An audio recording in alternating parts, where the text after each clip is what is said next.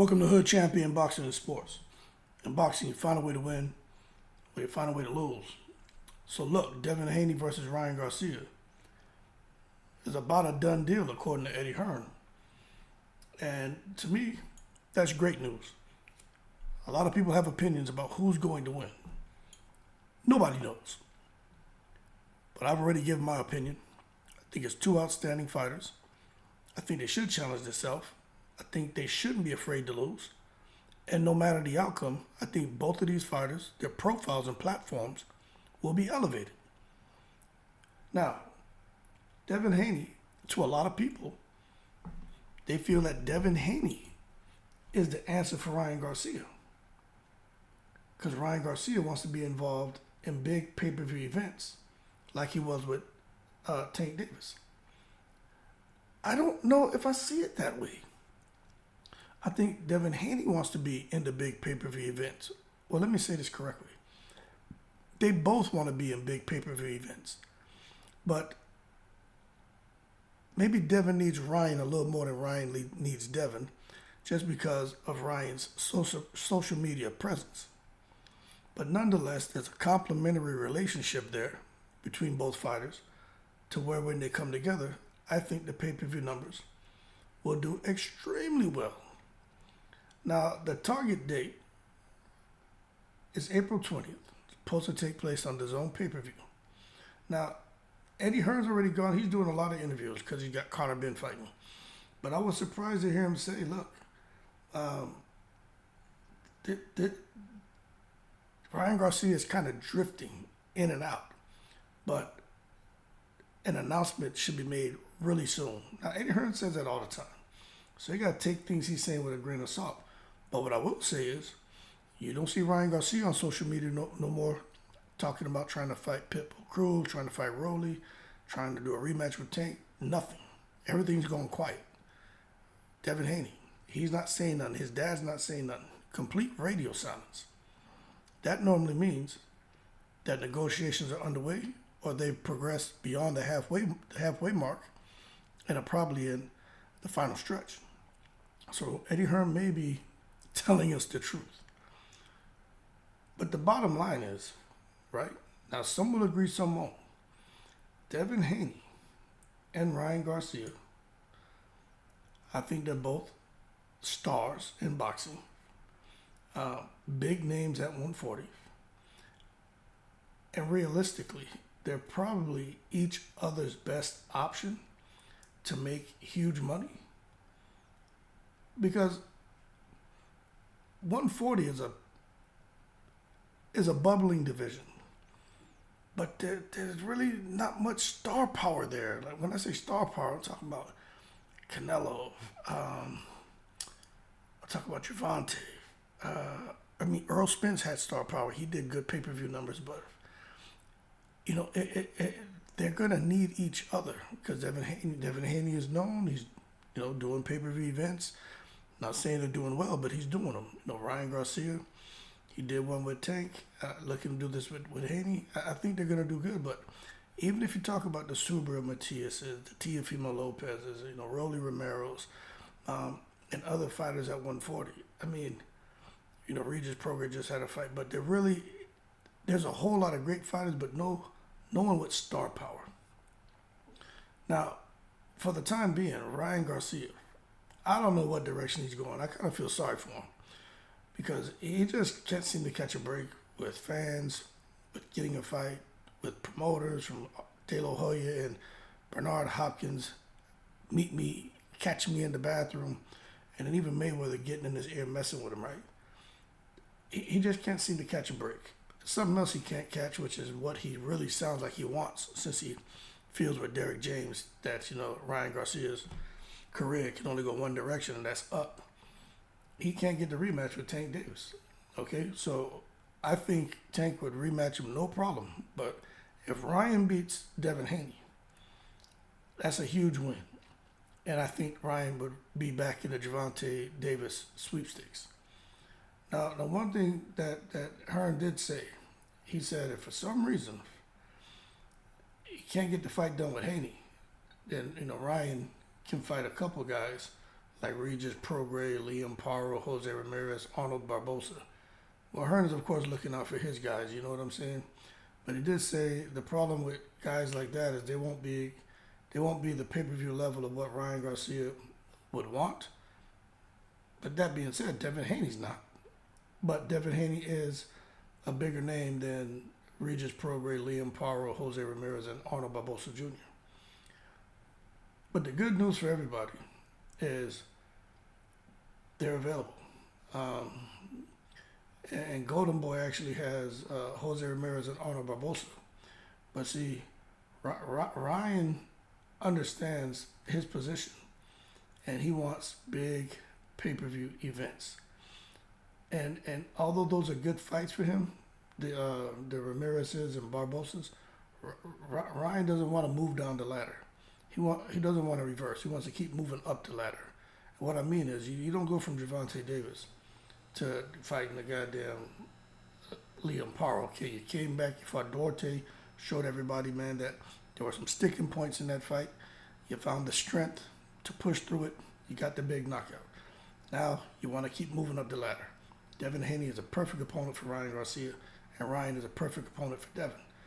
Because this is a fight where nobody can say Devin is cherry-picking a small fighter, cherry-picking a fighter that doesn't have the reach, doesn't have a lot of these things. Devin Haney is in a tough fight with Ryan Garcia.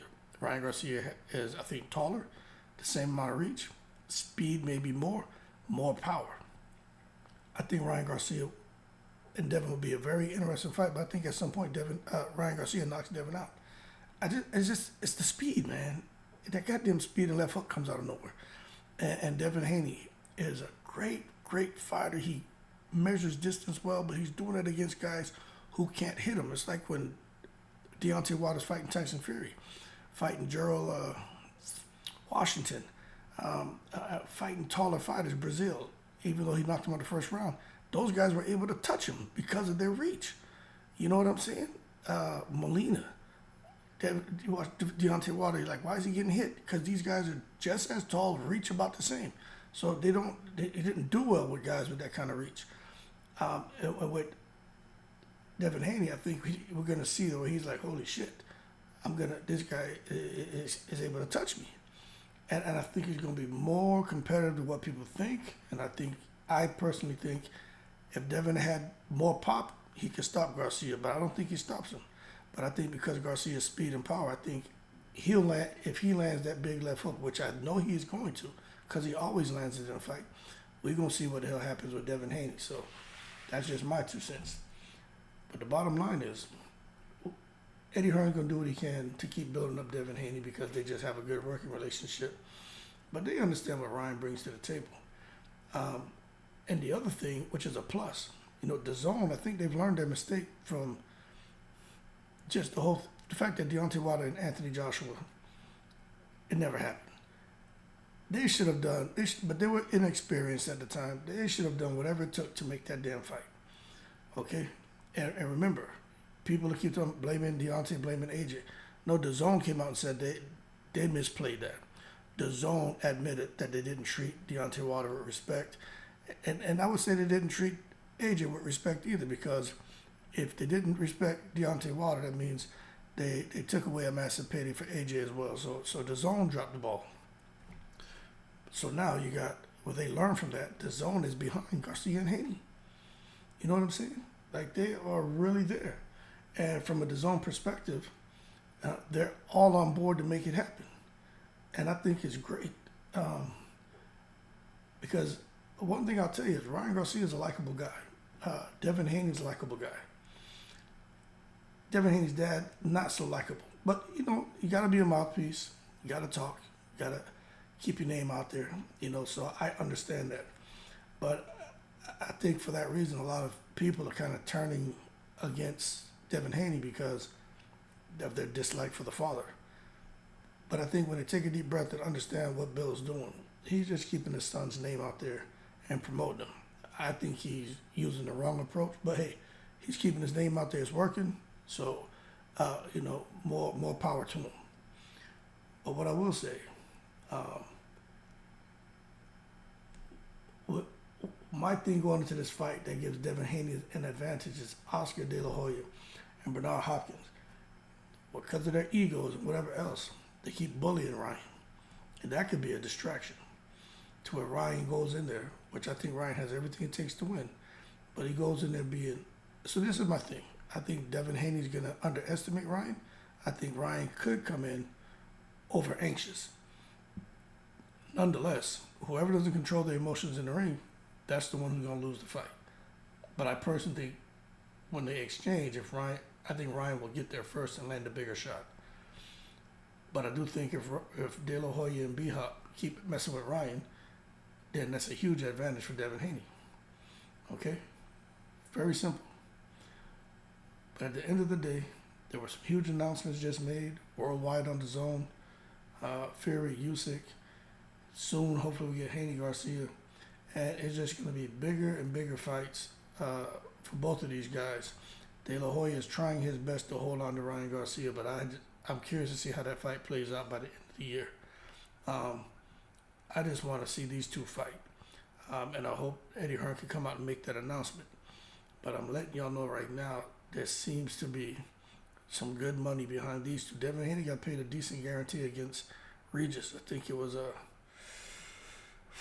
I could pull it up while I'm talking to you. But I think Devin Haney's guarantee against Regis was like $6 million or something. You know, like it was... I think Eddie Hearn lost money on that fight. And then Regis guaranteed... They both got big guarantees. But I just seeing the ticket sales, my understanding, they were good. But you just never know. Pay-per-view sales, my understanding, weren't that good. But you just don't know. But for Eddie Hearn, he's not going to risk doing a pay-per-view with Devin Haney against just any name. They know what Ryan brings to the table. If they promote it well, which is why they need to make an announcement sooner than later if the fight's in April. If they promote it well, they could get some pretty attractive numbers. If they can hit the 500,000 in pay-per-view sales, I think they'll be okay. I mean, 500,000 pay-per-view sales at whatever the price point is going to be, that's a lot of money. And ticket sales, live gate, endorsements, whatever, what other modes of revenue, that's some very good money, man. And whatever money Eddie Hearn lost on Devin and Regis, maybe he recoups that. Devin makes he may actually makes a great payday, and Ryan makes, the kind of money that keeps him wanting to move up the ladder, not reverse. And De La Hoya and B-Hop can sit there and keep leeching off of Ryan. That being said, let's wait and see what transpires. But if Ryan beats Devin, well, let me put it this way. The winner of this fight, the next fight, could be for even bigger money in Saudi. Because, in Saudi, pay-per-view don't matter. If these fighters want to go there. They could end up in Saudi fighting the name of a fighter that Turki Al-Sheikh wants to see him against. And there could be some guaranteed money there that they can't possibly get in the States. And they can't possibly get even with pay-per-view performing well. They could get some real good money. So this is definitely a big opportunity for these guys to make some life-changing money, even though they're both doing pretty damn good.